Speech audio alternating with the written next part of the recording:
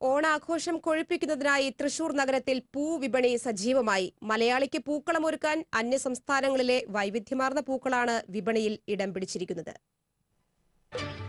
ഓണക്കാലം എത്തിയതോടെ വടക്കുന്നാഥ ക്ഷേത്രം കിഴക്കേ നടയിൽ ഇപ്പോൾ പൂക്കളുടെ വർണ്ണപ്പൊലിമയാണ്. തുമ്പയും ചെമ്പരത്തിയും തെച്ചിയും മുക്കുറ്റിയും മന്ദാരവുമെല്ലാം തൊടികളിൽ അപൂർവമായതോടെ മലയാളിക്ക് വീട്ടുമുറ്റത്ത് പൂക്കളമൊരുക്കണമെങ്കിൽ അന്യസംസ്ഥാന പൂക്കളെ ആശ്രയിക്കണം. ഓണത്തിന്റെ മഹത്വം തേടി മലയാളികൾ വീട്ടുമുറ്റങ്ങളിലും മറ്റും നിറപ്പൊലിമ വിടർത്തുന്ന പൂക്കളം തീർക്കുമ്പോൾ പൂക്കച്ചവടക്കാർക്ക് ഇത് ചാകരകാലമാണ്. പൂക്കൾക്ക് വൻവില നൽകിയാലും ശരി, പൂക്കളങ്ങൾക്ക് നിറച്ചാർത്തേകുന്നതിനുള്ള തിരക്കിലാണ് മലയാളികൾ.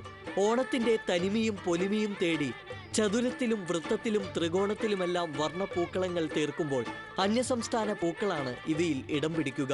ഡിണ്ടിക്കൽ, കർണാടക, ബാംഗ്ലൂർ, കോയമ്പത്തൂർ, മൈസൂർ, സത്യമംഗലം എന്നിവിടങ്ങളിൽ നിന്നാണ് പൂക്കൾ തൃശ്ശൂരിലെത്തുന്നത്. കിറ്റിന് 50 രൂപയുണ്ട്, 100 രൂപയുണ്ട്, എല്ലാതരം പൂക്കൾ കൊടുക്കുന്നുണ്ട്.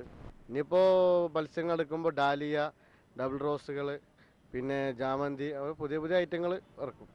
ഇത്തവണ 5 പൂക്കൾ വീതമുള്ള ഒരു കിറ്റ് ലഭിക്കണമെങ്കിൽ 50 രൂപയും 10ഓളം പൂക്കളടങ്ങിയ ഒരു കിറ്റിന് 100 രൂപയും വില വരുന്നുണ്ട്.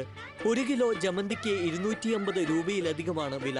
കൂടാതെ ചെണ്ടുമല്ലി നിറഭേദങ്ങൾക്കനുസരിച്ച് 50 മുതൽ 100 രൂപ വരെയും, അരളി 150, വാടാർമല്ലി 120, റോസ് 250 മുതൽ 350 രൂപ വരെയും തുടങ്ങി ഇങ്ങനെ നീളുന്നു പൂവില. നിറച്ചാർത്തേകുന്ന പൂക്കളും കച്ചവടത്തിന്റെ ആവേശവും നിറച്ച് തൃശൂർ തേക്കിൻകാട് മൈതാനിയിൽ ഇത്തവണയും പൂക്കച്ചവടം പൊടിപൊടിക്കുകയാണ്. ഓണം അടുക്കുംതോറും പൂവിന്റെ വില ഇനിയും വർദ്ധിക്കാനാണ് സാധ്യത. കൊള്ളാൻകര TC